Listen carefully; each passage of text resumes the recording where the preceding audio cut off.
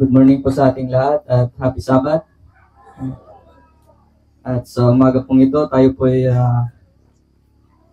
babalik po natin ng papuri at papasalamat sa Panginoon sa kanyang pinagkaloob sa atin ng bagong buhay. At sa umaga pong ito, tayo po ay makakapakinig ng salita ng Panginoon na ibabahagi po sa atin ni Brother Samuel Andres. Ngayon po, ibibigyan na po natin sa kanyang pagkakataon.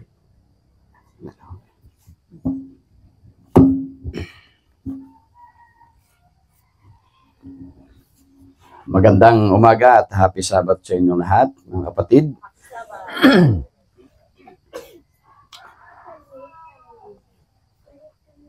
Ang ating pong pag-aaralan sa umagang ito, hindi na po natin patatagalin sapagkat ito po ay napakahalaga.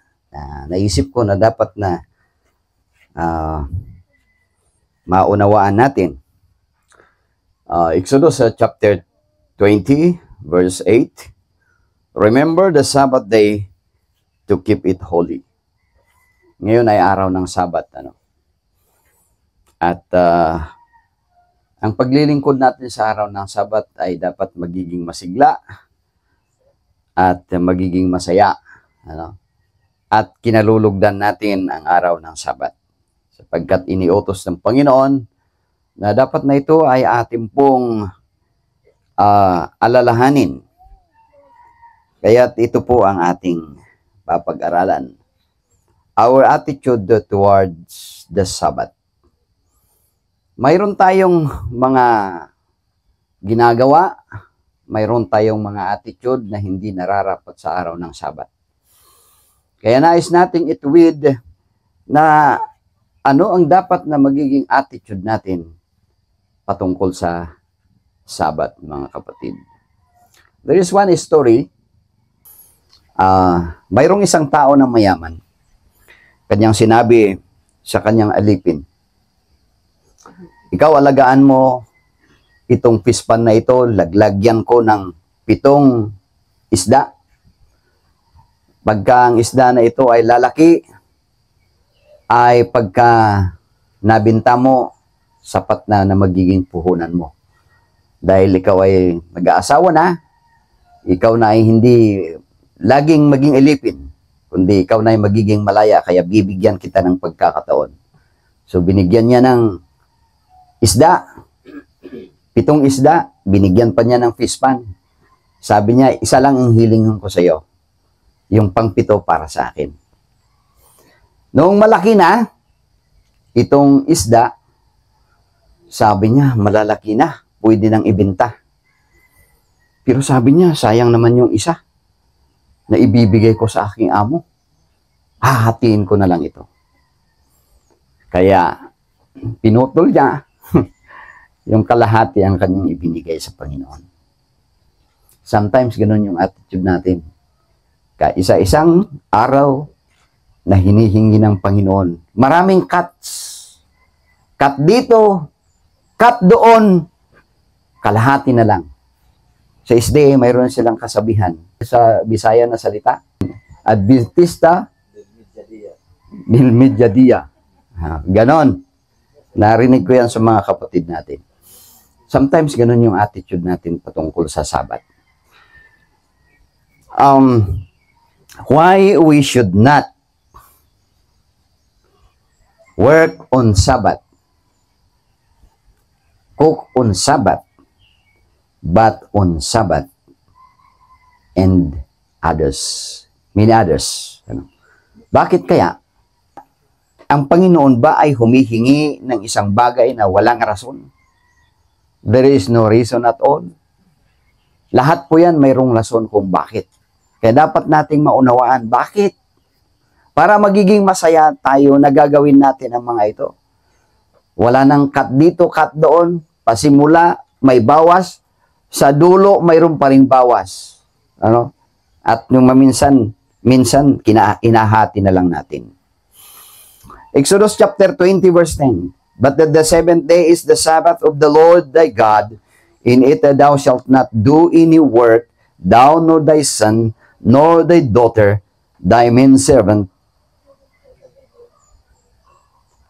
nor thy maidservant, nor thy cattle, nor thy stranger that is within thy gates. Ayan.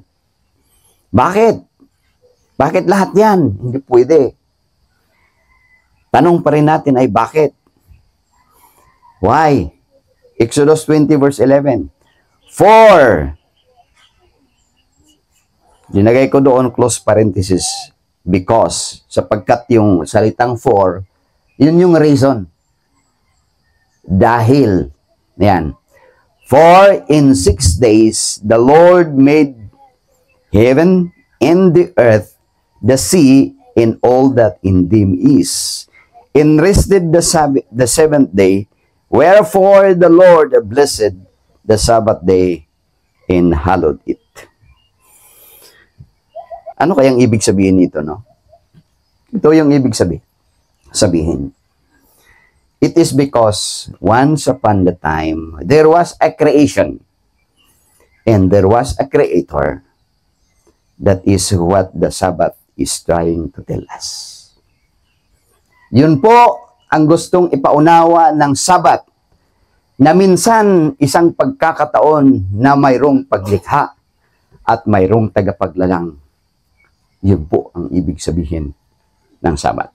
So every Sabbath, we should know that once upon the time, we were created by God. In everything that we are looking, nakikita natin around us, yun ay creation ng Panginoon. And that reminds us by the Sabbath, mga kapatid. Kaya nakita ninyo yung rason.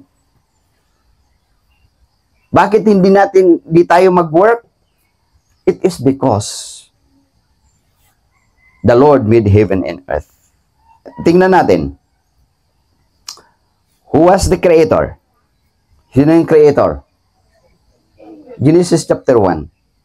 In the beginning, God created the heaven and the earth. Who is the creator?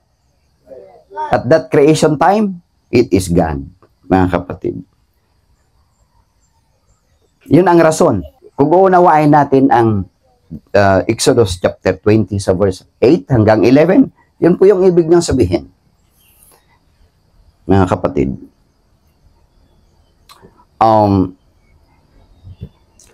Who is worthy to be worshipped? Sino lamang yung karapat-dapat na ating i-worship o paglilingkuran? Revelation chapter 14 verse 7, saying with a loud voice, fear God and give glory to Him, for the hour of judgment is come, and worship Him that made heaven and earth, in the sea, in the fountains of waters. Kaya, if there is any God introduced to us, na hindi namang lumikha ng langit at lupa, it should not be worshipped. Siya lamang na lumikha ng langit at lupa, mga kapatid. Yun lang po ang pwede nating, ang dapat na paglilingkuran natin. For verse 11, thou art worthy, O Lord, to receive glory and honor and power. For thou hast created all things, and for thy pleasure they are and were created. Kaya sino yung worthy to receive glory, honor, and power? He that created all things. Sino yon? Again, Genesis chapter 1, verse 1. In the beginning, God created the heaven and the earth. Basahin nyo yung the whole chapter, and that is the story of creation. Hanggang chapter 3, madudugtungan pa doon. Ano? So, yun, mga kapatid. What that day is appropriate for worship? Anong araw na dapat nating sambahin ang Panginoon? The Sabbath was given to all humankind to commemorate the work of creation. The great Jehovah, when He had laid the foundation of the earth, when He had dressed the whole world in its garb of beauty, and created all the wonders of the land in the sea, instituted the Sabbath day, made it holy. Ano yung to commemorate the creation? Ano yun? Sabbath. So every Sabbath, because it is a commemoration of the creation, ay di pagkaaraw ng Sabado, ano yung mailagay sa ating isip? Creation. If there is a creation, there is a creator. God. God is sanctified and blessed the day in which he had rested from all his wondrous work, and this Sabbath sanctified of God was to be kept for a perpetual covenant, kaya hindi pwedeng tanggalin. It was a memorial that was to stand from age to age till the close of earth history. Mananatili yan. Because he had rested upon the Sabbath, God blessed the seventh day and sanctified it.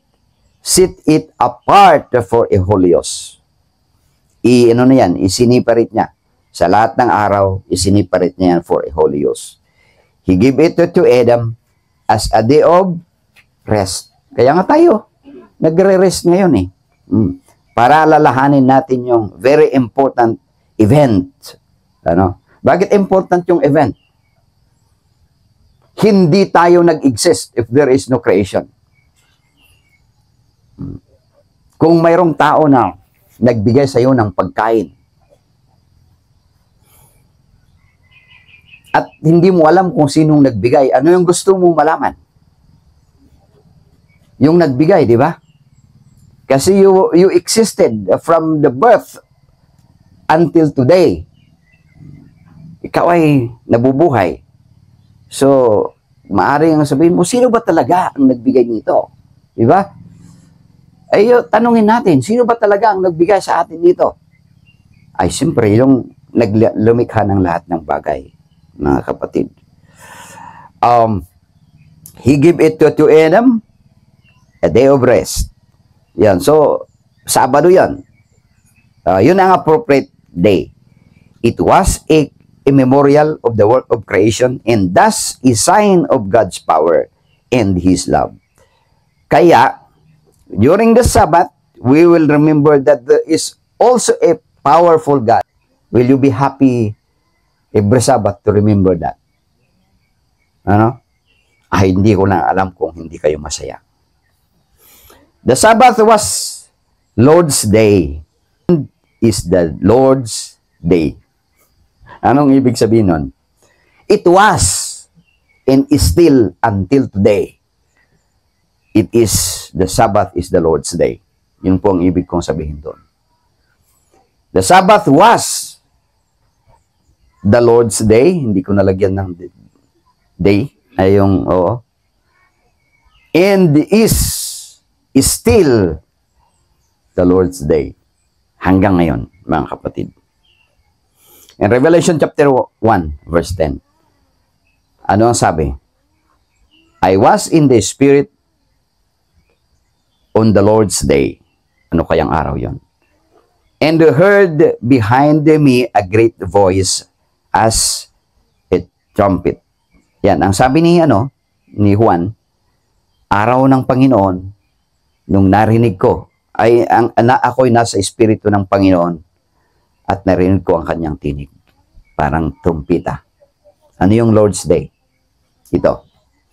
It was on the Sabbath that the Lord of glory appeared to the exiled apostle. Sino yung exiled apostle? Doon sa Patmos na exile eh. It is John. Siya yung sumulat ng Revelation. The Sabbath was as sacredly observed by John on Patmos was when he was preaching to the people in the towns or in cities of Judea. He claimed as his own the precious promises that had been given in regarding that day. I was in the Spirit on the Lord's Day. Ano yung sinasabi niya dito na he was in the Spirit in the Lord's Day? It was a Sabbath. Yan. And heard behind me a great voice as of a trumpet, saying, I am Alpha and Omega, the first and the last. So that is Sabbath day. That is the appropriate day na ihiniwalay ng Panginoon para sa ating pong pamamahinga at pagsamba, mga kapatid. So what more the Sabbath tells us? Ano pa ang nais isabihin sa atin ng araw ng Sabbath? The Sabbath appoints Christ not only creator but sanctifier. Ezekiel chapter 20 verse 12, moreover also I give them my Sabbath to be a sign between me and them, that they might know that I am the Lord that sanctify them. Yung Sabbath ay ibinigay between we and Him. Ano yung ibig sabihin ng it is given between me and them? Ano? Nailagay sa gitna natin. Ano kaya ang purpose nun? That they might know, ang ibig sabihin ng they might know, that they might understand that I am the Lord that sanctify them. Hindi lang pala creator ang ipinapaunawa ng Sabbath. He is the sanctifier. Anong ibig sabihin ng sanctifier? Since He made all things, He made the Sabbath. By Him it was set apart as a memorial of the work of creation. It points to Him as both creator and sanctifier. So we have also sanctifier that we should understand and remember during this Sabbath. So yung isip natin hindi na kung saan-saan pumupunta. Ibigay natin yung buo na Sabado para sa Panginoon. Napakarami naman palang gusto niyang gawin sa atin at ginawa sa atin. Kung isa-isahin pa natin yan, hindi natin matatapos. Kung isa-isahin natin yung ano yung ginawa ng Diyos at saka yung gusto niyang gawin sa atin. When the Sabbath is a sign of Christ's power to make us holy. What is the Sabbath? Then the Sabbath is a sign of Christ's power to make us holy. So He has power to create, He has power to sanctify. So what we need to do? We should be happy when remembering that during the Sabbath at hindi malungkot. Minsan, yun ang dahilan na sinasabi natin na ang Sabbath maraming cuts. No? And it is given to all whom Christ makes holy. As a sign of His sanctifying power, the Sabbath is given to all who through Christ become a part of the Israel of God. What the Sabbath tells of the gospel of Christ. Yung Sabado, isinasabi niya sa atin yung magandang balita ni Kristo. Bakit? Sabi niya, since He made all things, He made the Sabbath. By Him it was set apart as a memorial of the work of creation. It points to Him as both creator and sanctifier. Nabasa natin kanina yan. Then the Sabbath is a sign of Christ's power to make us holy. Yun yung magandang balita. And it is given to all whom Christ makes holy. Okay. So, Romans chapter 1 verse 16. For I am not ashamed of the gospel of Christ, for it is the power of God unto salvation to everyone that believeth, to the Jews first, and to the Greek, and also to the Greek. Who made the world? Christ. So He is the power of creation.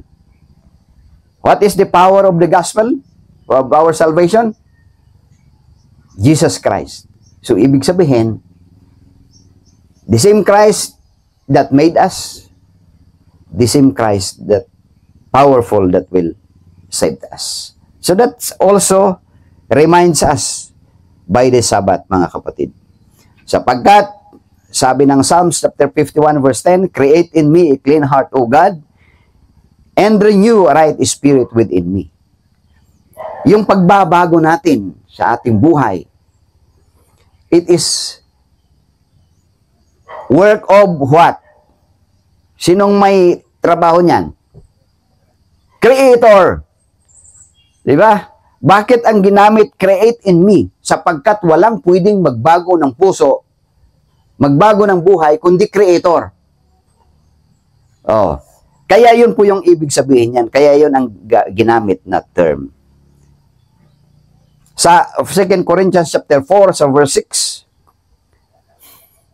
For God who commanded the light to shine out of darkness. Sino yon? Kailan tinawag ng Diyos ang liwanag? Kailan? Creation. Ano ang sabi? There shall be light. At nagkaroon there was light.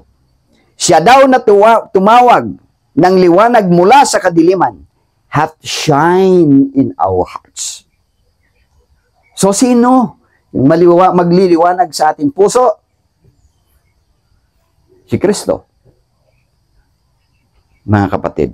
So, that is the gospel of creation. So, there is a gospel in creation, mga kapatid. To conclude,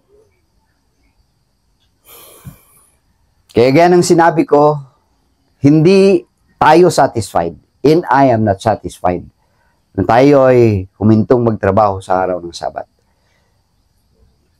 Kundi, ang gusto natin tayo ay magiging masaya na naglilingkod sa Diyos, huminto sa lahat ng ating gawain sa araw ng Sabat.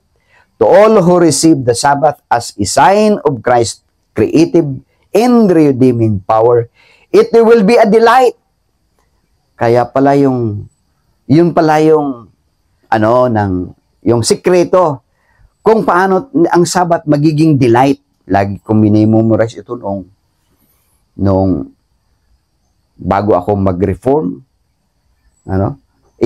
Ngayon ko lang naunawaan, na yun palang ibig sabihin nun. Kung tanggap mo na ang Sabado ay siya ang tanda ng mapaglikhang Diyos at makapangyarihang tagapagligtas. Pagka ganun ang ating pagtingin sa araw, our attitude upon the Sabbath, towards Sabbath, ito ay magiging delight. Seeing Christ in it, makita natin si Kristo sa araw ng Sabbath. Hindi yung fear, pagka nakita na, ay mayroon kasing utos, ingat na ingat ka nga, pero takot na takot ka. Hindi natin kasi nakita yung reason. Seeing Christ in it, they delighted themselves in Him.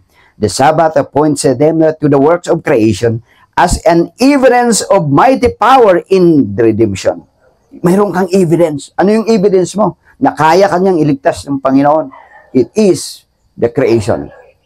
If He is powerful that made us, of course, He could also save us. Pero kung hindi niya tayo kayang ginawa, hindi rin niya tayo kayang iligtas. Pero hindi ganun ang ating Panginoon. At ang Sabat ang nagsasabi niyan sa atin. Yan.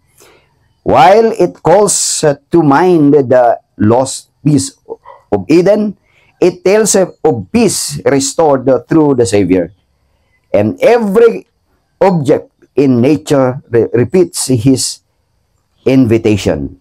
Come unto me, all ye that labor and are heavy laden, and I will give you rest. Yun rin pa rin ang ibig sabihin nun. Magkaroon tayo ng rest pagka mayroon tayong evidence of power that could save us. Pero kung wala, magpakasakali lang ako, baka sakali. Last statement, had the Sabbath been universally kept, man's thought and affections would have been led to the Creator as the object of reverence and worship. And there would never have been an idolater, an atheist, or an infidel. The Sabbath, the keeping of the Sabbath is a sign of loyalty to the true God, Him that made the heaven and earth, and the sea, and the fountains of waters. It flows that the Sabbath which commands men to worship God and keep His commandments will especially call upon them to keep the fourth commandments. Alam niyo, mayroong isang bagay nagtataka ako. Anak ng reform nung malaki na, hindi na maniniwala sa Diyos. I'm sure he forget the Sabbath. Kaya hindi na niya maalala na mayroon siyang creator. Naging atheist. Atheist siya. Malaki na. Pero sabi dito, kung ang Sabado sana ay hindi nalimutan, wala sanang atheist, idolaters, wala sanang infidel. Kaya it is possible, we will be infidel pagka nalimutan natin ang Sabat, mga kapatid. Because nothing that will remind us, the only creator, the only powerful Redeemer, mga kapatid. So magandang umaga po sa ating lahat. Amen.